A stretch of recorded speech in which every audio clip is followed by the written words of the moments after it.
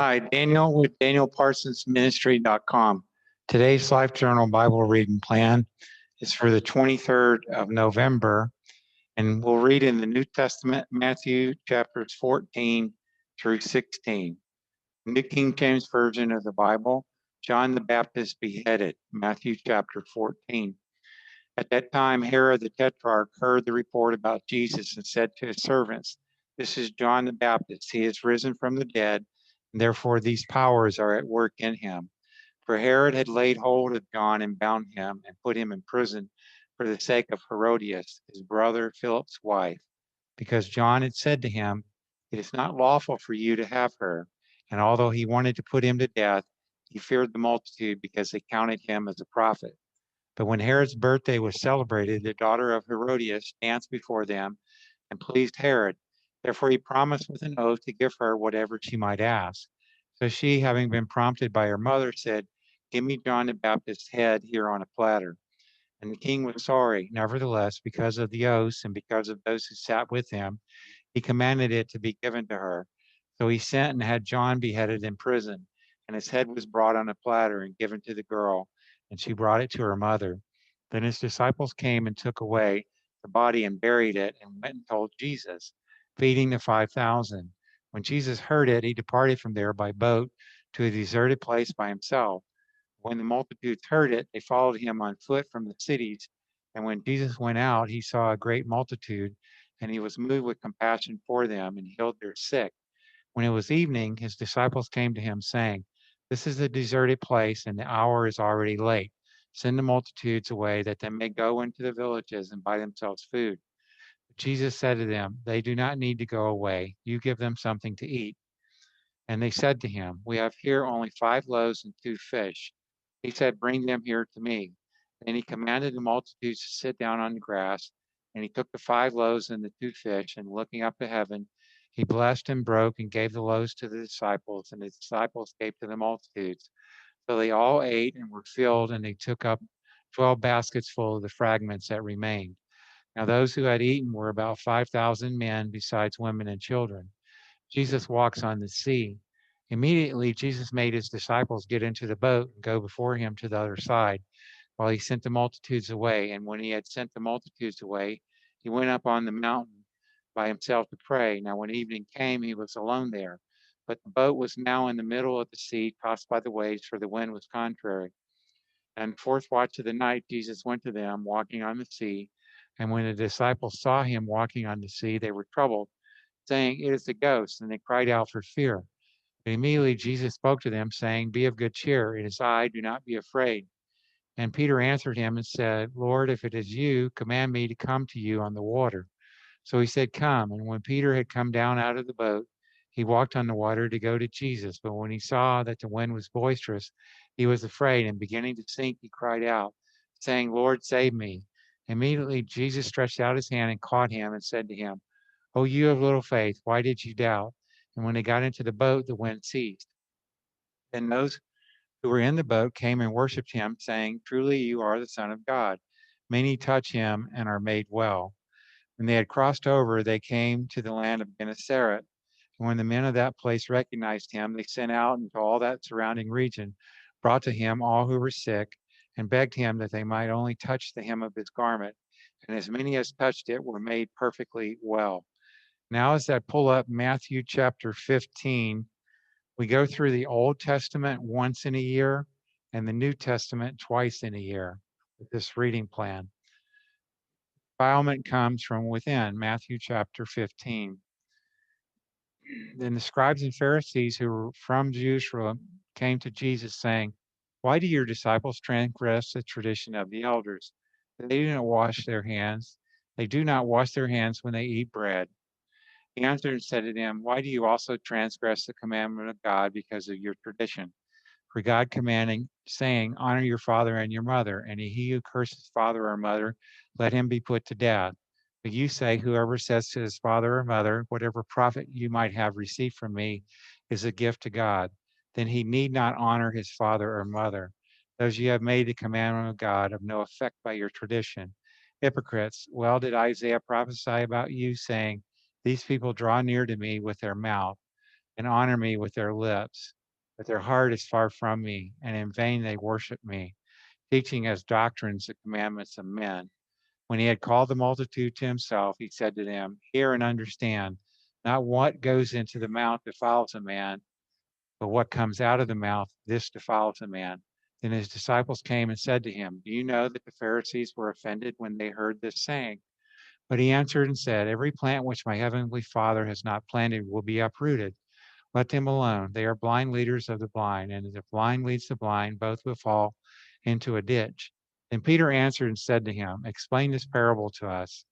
But Jesus said, are you also still without understanding? Do you not yet understand that whatever enters the mouth goes into the mouth and is eliminated? But those things which proceed out of the mouth come from the heart, and they defile a man. For out of the heart proceed evil thoughts, murders, adulteries, fornications, thefts, false witnesses, blasphemies. These are the things which defile a man, but to eat with unwashed hands does not defile a man. A Gentile shows her faith. And Jesus went out from there and departed to the region of Tyre and Sidon. And behold, a woman of Canaan came from that region and cried out to him, saying, have mercy on me, O Lord, son of David. My daughter is severely demon possessed. But he answered her not a word. And his disciples came and urged him, saying, send her away, for she cries out after us.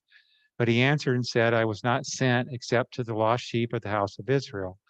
Then she came and worshipped him, saying, Lord, help me. But he answered and said, it is not good to take the children's bread and throw it to the little dogs. And she said, yes, Lord, yet even the little dogs eat the crumbs which fall from their master's table. And Jesus answered and said to her, O woman, great is your faith.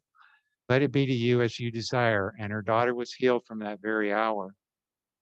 Jesus heals great multitudes. Jesus departed from there, skirted the Sea of Galilee, and went up on the mountain and sat down there. And great multitudes came to him, having with them the lame, blind, mute, maimed, and many others. And they laid them down at Jesus' feet, and he healed them. So the multitude marveled when they saw the mute speaking, the maimed made whole, the lame walking, and the blind seeing, and they glorified the God of Israel, feeding the 4,000. Now Jesus called his disciples to himself and said, I have compassion on the multitude because they have now continued with me 3 days and have nothing to eat. And I do not want to send them away hungry lest they faint on the way. And his disciples said to him, where could we get enough bread in the wilderness to fill such a great multitude? Jesus said to them, how many loaves do you have? And they said, 7 and a few little fish. So he commanded the multitude to sit down on the ground. And he took the 7 loaves and the fish and gave thanks, broke them, and gave them to his disciples. And the disciples gave to the multitude. So they all ate and were filled. And they took up 7 large baskets full of the fragments that were left. Now those who ate were 4,000 men, besides women and children. And he sent away the multitude, got into the boat, and came to the region of Magdala.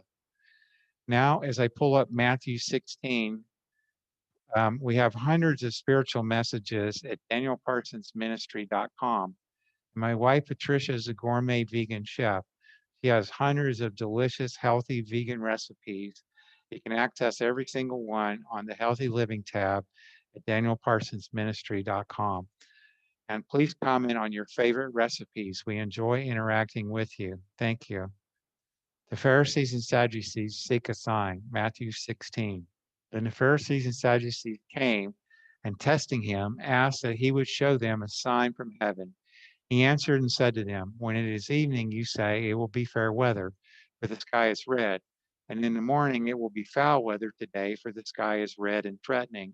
Hypocrites, you know how to discern the face of the sky, but you cannot discern the signs of the times. A wicked and adulterous generation seeks after a sign. No sign shall be given to it except the sign of the prophet Jonah. And he left them and departed. The leaven of the Pharisees and Sadducees. Now, when his disciples had come to the other side, they had forgotten to take bread. And Jesus said to them, take heed and beware of the leaven of the Pharisees and the Sadducees. And they reasoned among themselves, saying, it is because we have taken no bread.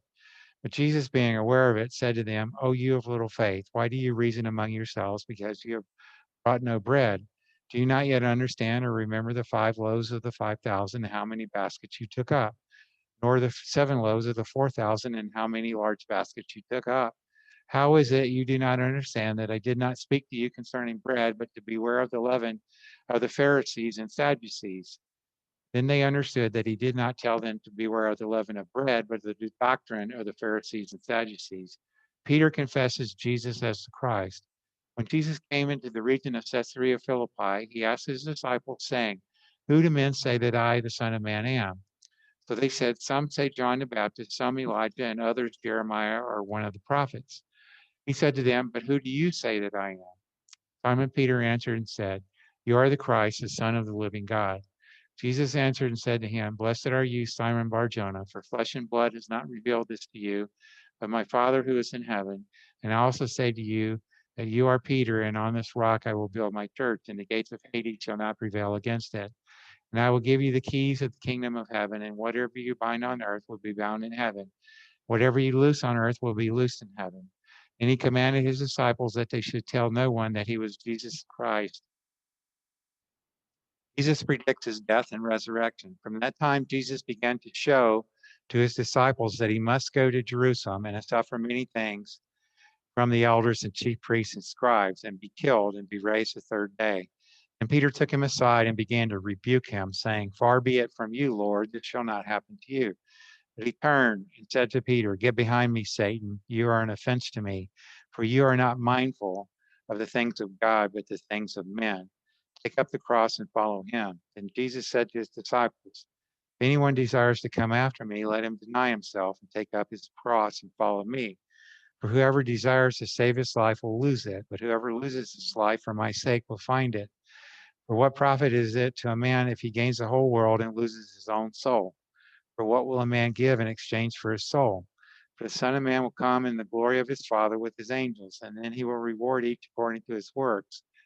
Surely I say to you that there are some standing here who shall not taste death till they see the Son of Man coming in his kingdom." And that's the end of today's Bible reading, my friend. God bless you until we're together again. Bye for now.